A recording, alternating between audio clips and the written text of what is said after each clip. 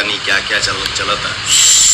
हम तो इस सब के चक्कर में ना रहीला, लेकिन आदमी कितना दुर्भागी, कब तक चुप रही। बड़ा दुख होता, लेकिन सब खुशी तो है ही है, लेकिन कहीं ना कहीं एक मन में तकलीफ भी है कि ये सब क्या चल रहा है। मैं नहीं चाहता हूं कि बोलूं, चुप रहूं तो भी लगता है कि क्यों चुप हूं, काहे चुप हूं। कभी कभी आप लोग हमके देख लो को बजा कि गुस्सैली हम, या कभी थोड़ा हार्ड टॉक कर दिया इंस्टा पे या पेज पे, उसके लिए माफ़ी चाहता हूँ, सॉरी। फिर भी मैं चुप हो जाता हूँ कि जाने दो यार, जो चलो ठीक है, क्या बोलना है, चलो तुम लोगों को जो ठीक लगे वो करो।